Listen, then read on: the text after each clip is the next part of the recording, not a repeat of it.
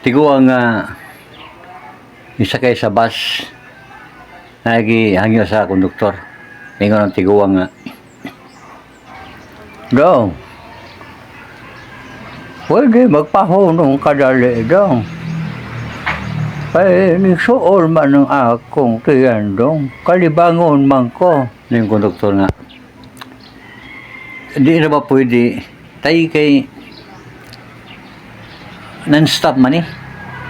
Ato pa tas pikas lungsod nga terminal mo kuan. Muhunong. Nga, tataod.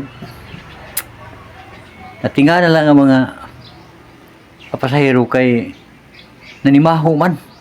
Oo, nanimaho maghugaw. No. Yung konduktor nga. Nakalibang katay. Hapit na mo tata maabotay nga ang pugni. Doon ba ang tata sa terminal? Yung tiguwa nga.